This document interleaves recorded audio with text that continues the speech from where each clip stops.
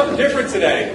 Damien had asked to do some kind of a technology presentation during Superintendent's Conference Day, and rather than kind of do a how-to 45-minute workshop, we decided to give you a blast of a lot of great things that are going on in the classroom. It's called the Technology Slam. We're calling it a Pigpen Slam for the rooms that we've created this fall. Pete and I attended a Google conference back in March, and the way that Google ends all their educational conferences is by doing a slam.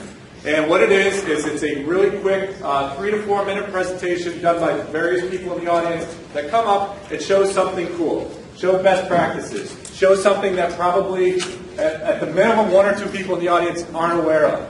And if you can walk out of here today with something from, there's 9 of us that are going to be presenting, so if you can walk out of here with something from at least 1 or 2 people, then we've accomplished our goal. This isn't a how-to. We're not going to show you step-by-step how things are done. We're just going to show how we're using this in our own lives, whether it's professionally or teaching, or as a teaching and learning experience with our students. So sit back, enjoy. It's going to be quick.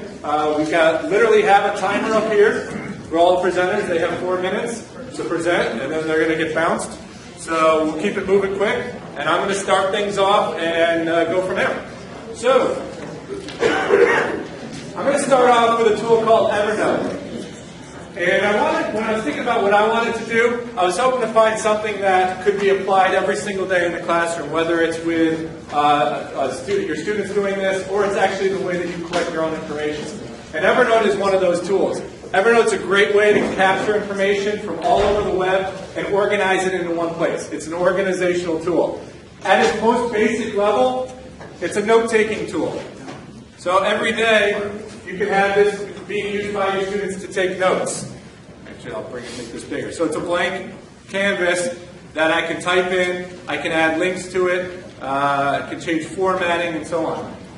The beauty of Evernote is that it's all saved out in the cloud. So whenever I type anything in this note, not only is it being saved on the computer I'm working on, the Chromebook, but it's syncing up with my phone. So my notes are all here. It's syncing up with a tablet if I have one of those. It's syncing up with my computer at home. So my notes follow me no matter where I go. So at its most basic level, it's a blank canvas to type notes in. You can add pictures, you can add links, you can do checklists and so on.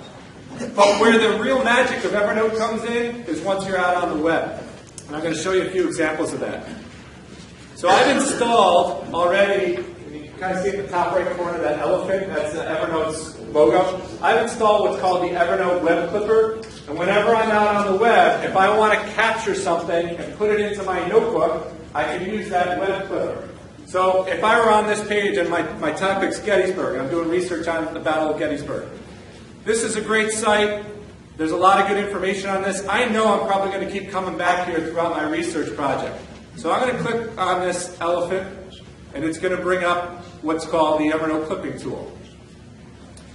And I get some choices about what I want to clip. I can clip an article from this site, and I can click what's called a simplified article, which I'll show you in just a minute, or I can clip the full page. I want to make sure that I don't forget about this page. There's a lot of things on here that I'm going to use, so I'm going to clip the full page. So I select full page. I choose what notebook I want to put it in. I've already created a notebook called Gettysburg. And then I click Save. So now it's actually clipping the full page. I'm not going to show you yet where it goes. I'll kind of do a few of them and then I'll go back to it. So right now, it's clipping the entire page on that Battle of Gettysburg. Now I'm going to jump over. And on this page, I actually just want a little bit of information.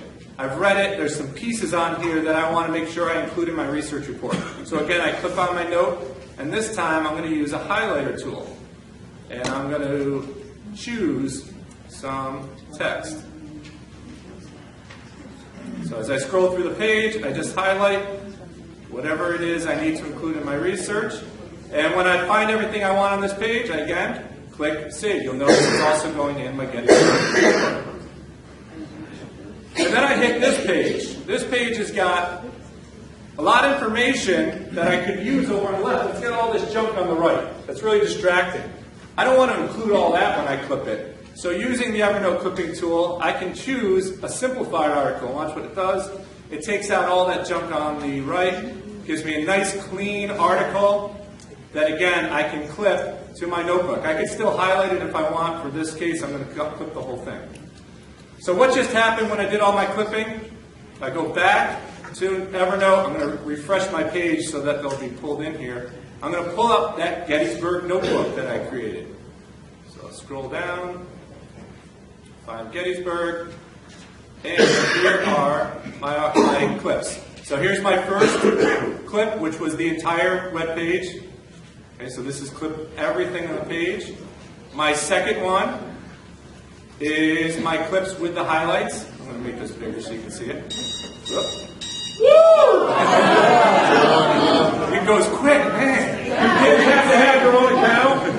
Where's the gong? So you can see it's also clipping the highlights that I included. And then lastly, I clipped the simplified article, and it took out all the advertisements and such from the Time Magazine and the text. There's a few other things that you could do with the clipping tool that I'm completely out of time for. How about video now? What's that?